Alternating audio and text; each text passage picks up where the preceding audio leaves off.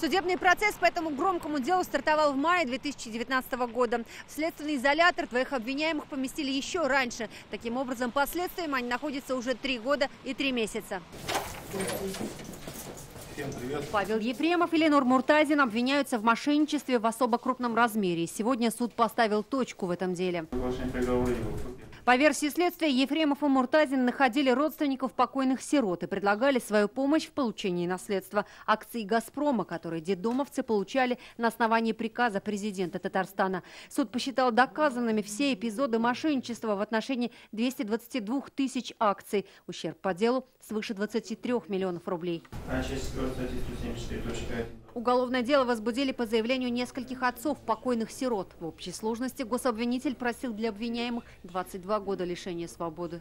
По наказанию Ефремову Павлу Михайловичу нас назначили, получается, 9 лет лишения свободы со штрафом в размере 200 тысяч рублей.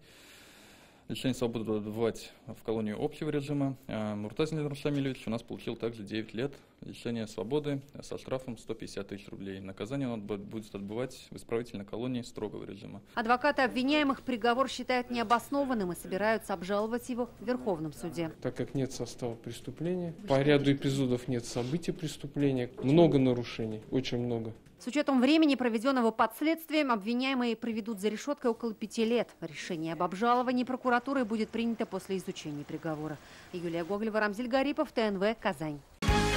Закажи рекламу на ТНВ. Телефон в Казани 5 705 100.